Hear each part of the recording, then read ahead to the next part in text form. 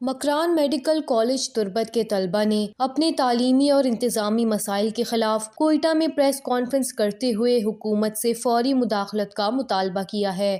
طلبہ کا کہنا ہے کہ کالج انتظامیہ کی مبینہ ناانصافیوں اور وعدہ خلافیوں کے باعث ان کا تعلیمی مستقبل شدید خطرات سے دوچار ہے۔ وہ گزشتہ 8 روز سے پرامن احتجاج کر رہے ہیں۔ ابتدا میں احتجاجی کیمپ سی پیک قومی شاہراہ پر قائم کیا گیا تھا، تاہم کیچ سول سوسائٹی اور پاکستان میڈیکل ایسوسی ایشن کی ثالثی پر کیمپ کو کالج کی حدود میں منتقل کیا گیا۔ ان کے مطابق مذاکرات کے دوران متعدد وعدے کیے گئے، مگر ان پر عمل درآمد نہ ہونے کے باعث ثالثی کا عمل بھی ناکام ہو گیا۔ طلبہ نے الزام عائد کیا ہے کہ احتجاج ختم کرانے کے لیے کالج انتظامیہ کی جانب سے دھمکی آمیز رویہ اختیار کیا گیا، واٹر کینن کے استعمال اور ہاسٹل بند کرنے کی دھمکیاں دی گئیں، جس کے نتیجے میں بعض متاثرہ طلبہ بھوک ہڑتال کرنے پر مجبور ہو گئے ہیں۔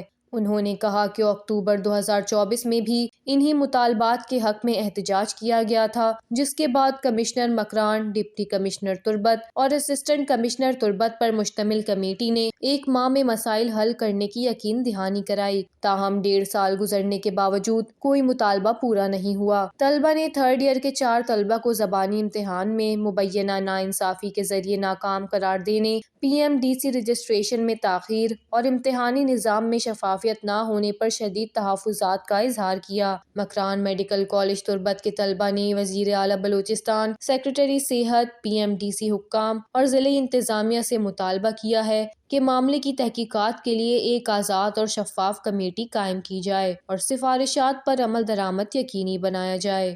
وش نیوز، کوئٹہ، بلوچستان۔